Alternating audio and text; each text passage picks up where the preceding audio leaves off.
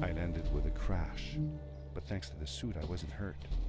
I had no idea where the pad had taken me, but back then I didn't care so much about where I was going, or how I would get home. I was sure that someone had been here before me. Someone had built these bridges and carved these symbols, but who? Where were they now?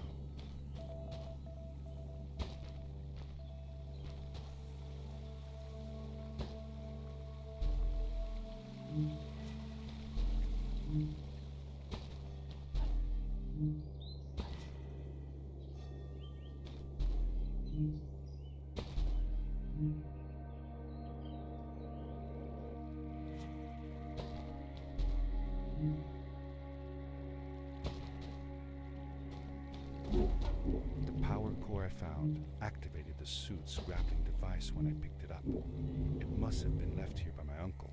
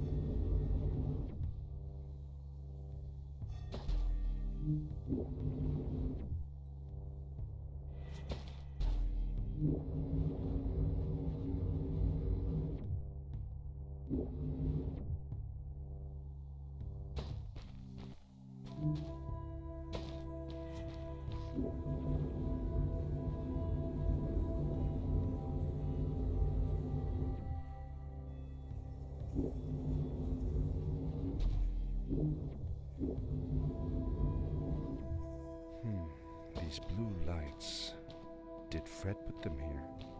Or was somebody else here as well?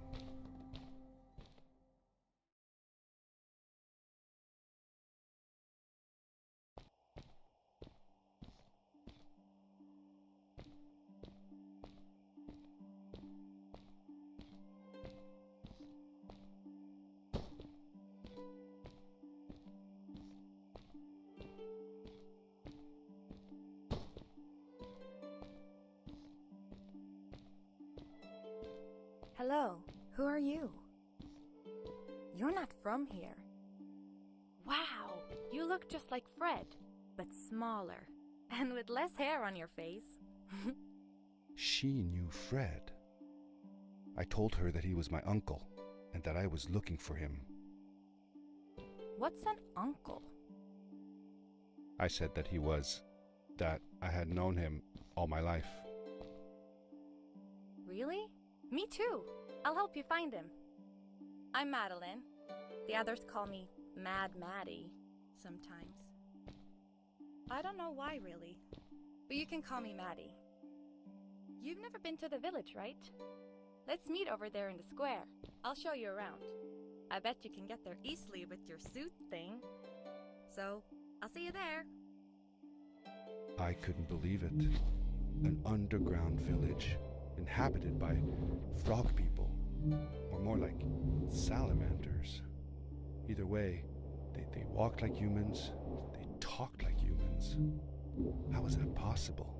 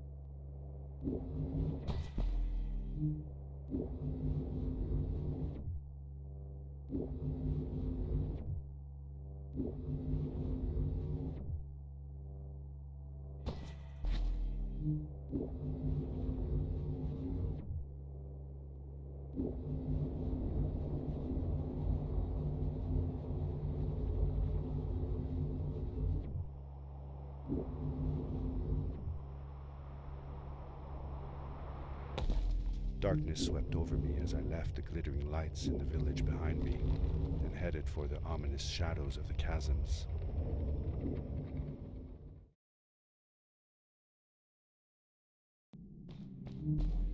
As I entered the chasms, it struck me how much darker it was in there.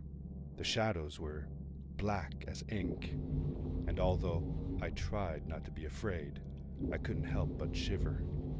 Was it the darkness that frightened the villagers as well, or was it something else?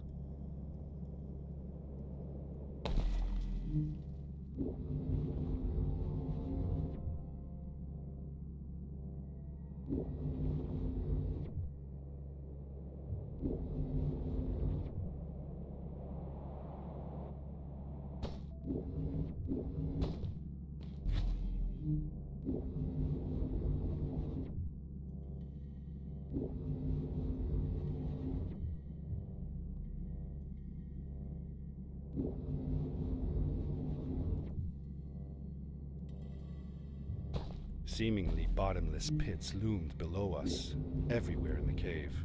The further we got, the more I felt like what faint light existed down there was getting fainter. I was really glad that I wasn't alone.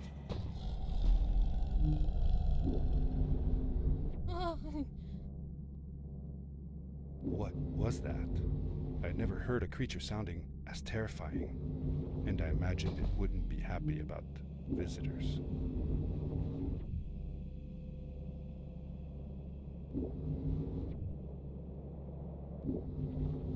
It is really dark down there. You're not scared, are you? 'Cause I'm not.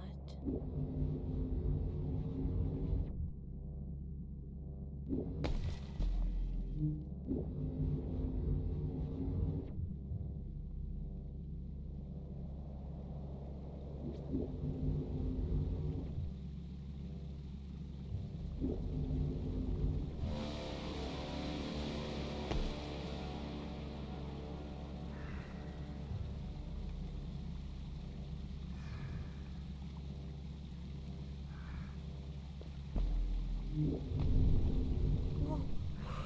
Whoa. Dude, I think I figured out what that writing was going on about. Maybe we shouldn't charge right out in front of that thing. Remember what it said. Don't move when the eye is open. Yes, we did it! You're awesome. I knew you had it in you. That was close. We had made it through, and I felt like nothing could stand in our way of finding Fred.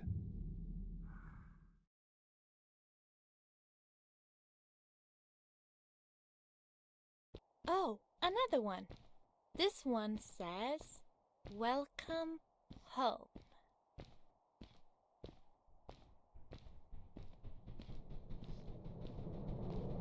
Whoa!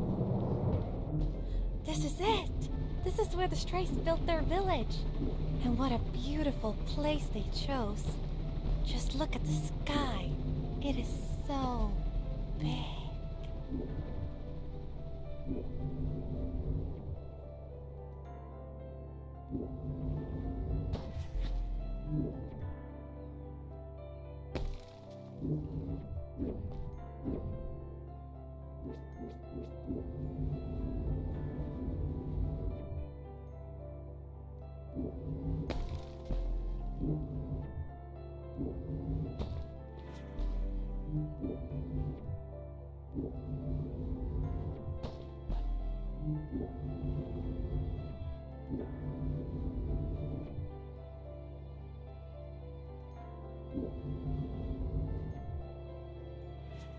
Along my journey, I had seen many pieces of floating rock, but here they were much bigger.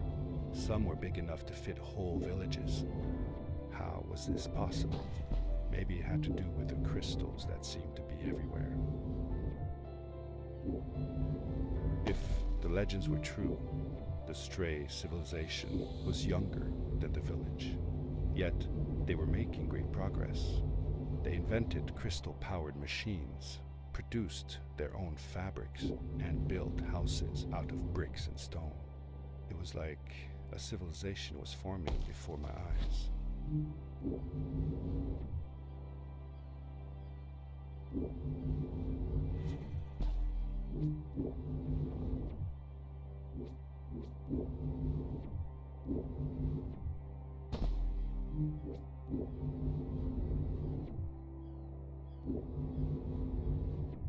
Hey, let's play a game. I bet that you can't get through this part without using the grapple device.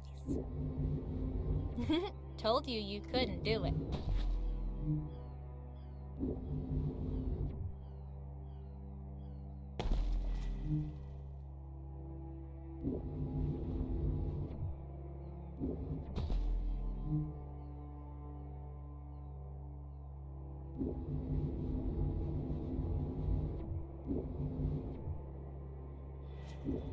Oh, what's that?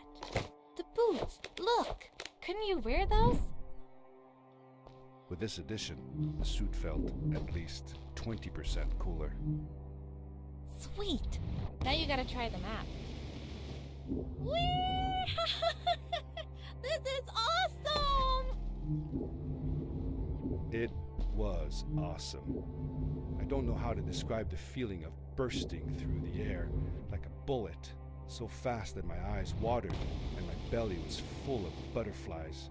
Never fully in control, but still feeling like the coolest kid in the universe. I guess I just described it, didn't I?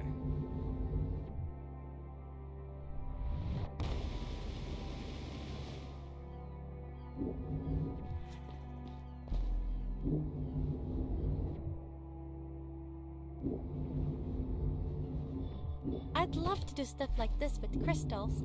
Just think of the possibilities. Whole machines are powered by them. I almost can't believe it.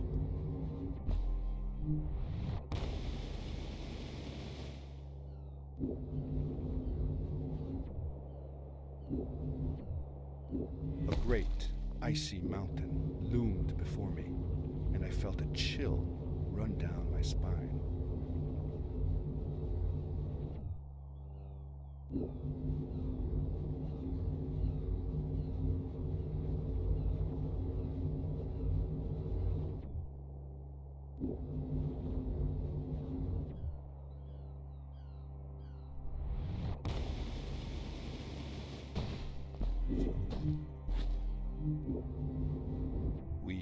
hadn't seen any people around yet, but ahead of us lay what looked like a proper town. The strays from Maddie's stories. I could imagine how she must have longed to meet them all her life. And now, here they were.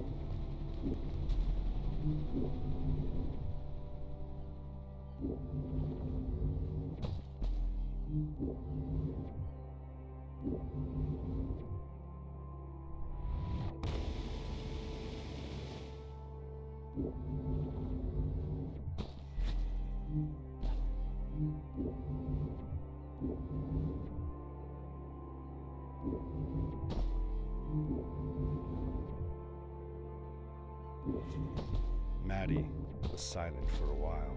It seemed like she was thinking hard on something.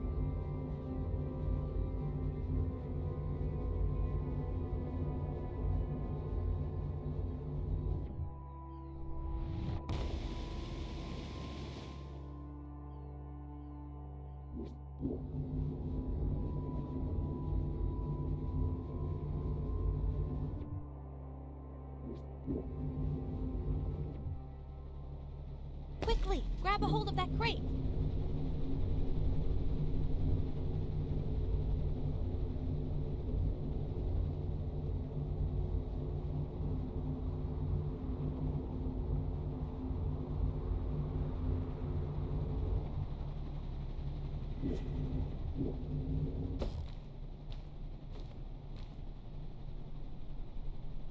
Good day. Here's a boat to Ice King. Though I'd take the other one if I were you. That one goes back to the outpost. Wait a minute. I was thinking. I don't know if I should go with you. I mean, I want to, but I also want to, well, stay here. Maybe it's strange, but I just feel like these people liked me and accepted me for who I am. Kinda like you. I want to be with you too, and help you find Fred. I don't know what I want the most. I told Madeline that I would accept whatever choice she made. I just never thought about it until now that maybe it wasn't Fred I was looking for when I came with you. Maybe I was just looking for a way out, somewhere to be free. And I know that if anyone can find Fred, it's you. If you meet him, when you meet him, tell him to come see me, okay? I promised. Thank you. I'm glad I met you, and it won't be the same without you around. Goodbye, friend. I said goodbye to Maddie, and I had a feeling that this was the last time I'd see her. But even in this sad moment, I was happy for her. She had found a place where she belonged. There was a dampness in the air that reminded me of the hot summer nights back home. But as the sun was setting, I could feel the chill creeping up on me, and the path we were traveling on seemed to lead us into a second ice age. Winter was coming.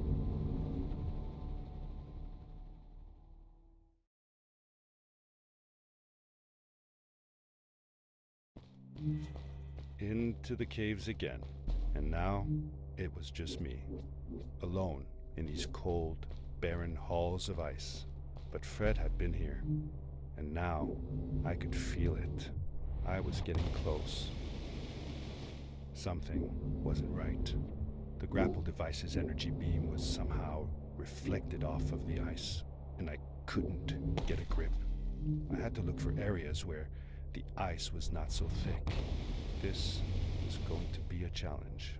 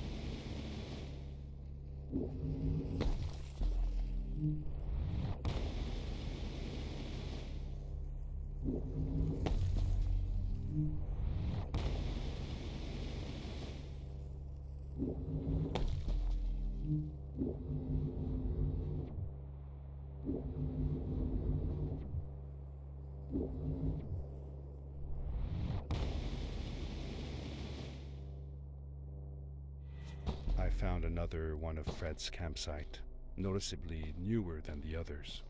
The fire was still smoldering, and I could faintly pick up the smell of the aftershave he always used.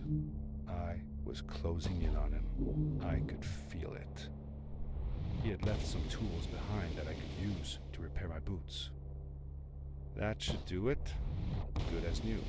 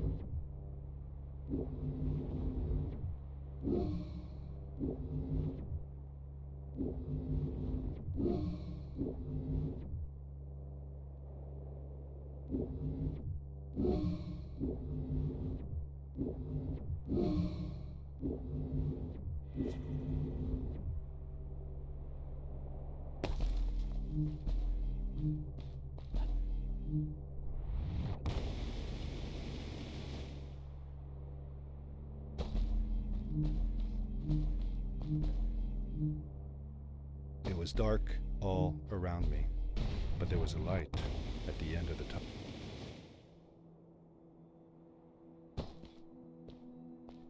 Hello? Nephew? Uncle Fred, I finally found him. My little boy. I'm glad to see you.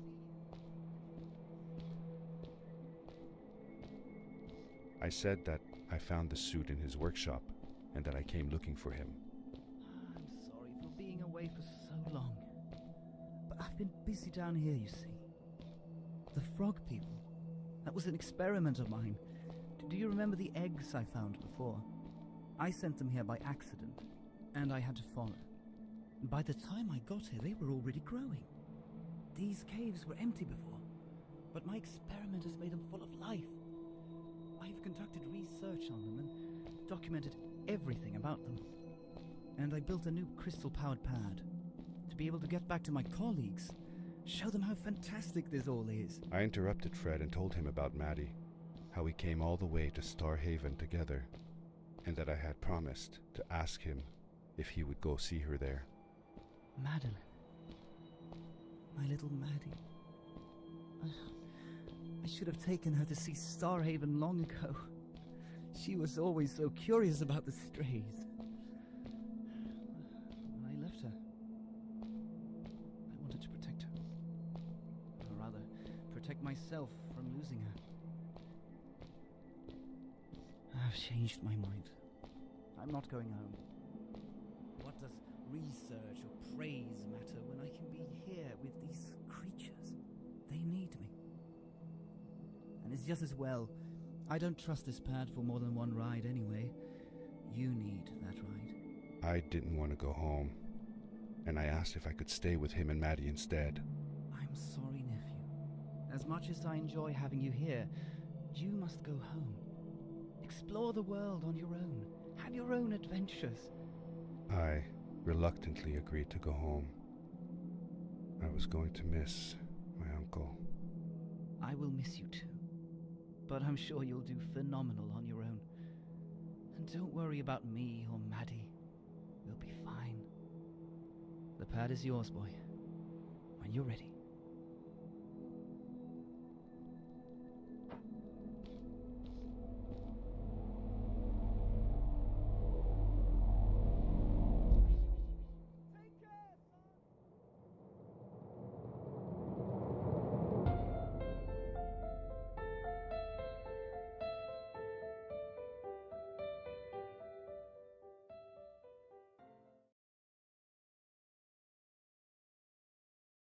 The end.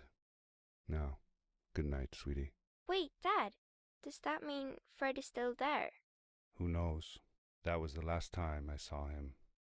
Don't you miss him? I do, sometimes. But I don't worry about him, because I know that wherever he is, he's on his biggest adventure yet. Dear Fred, today I step into the lobby of your house for the last time. My daughter asked me to tell her about an adventure, and I came to think of you. Your house looks just like my mother and I left it years ago. After you'd gone, I was sure she was going to throw out all your stuff, but she just cleaned up. We made you a small memorial. For a while, I came here every day, just like I used to. Sometimes I could even faintly hear your voice calling from the observatory, asking me to get you this tool or that.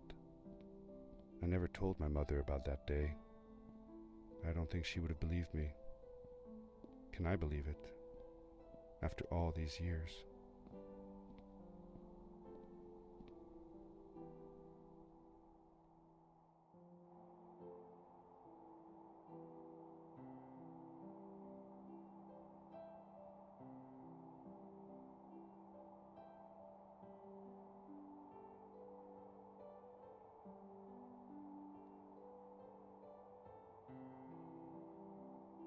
Uncle Fred, thanks to you, I have found an even greater adventure. Thank you. Love, your nephew.